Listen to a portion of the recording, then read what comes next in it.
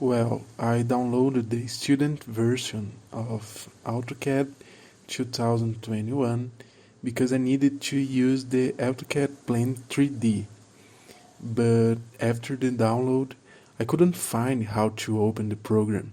I could only use AutoCAD for 3D modeling. So, if you have the same problem, I'm gonna show how to find the AutoCAD Plane 3D.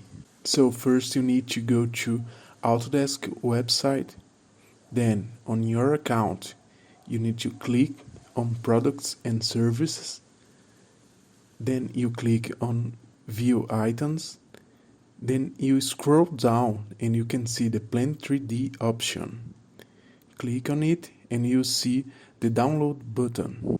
Then you can follow the normal installation steps, and in the end you'll be able to open and use the AutoCAD Plan 3D.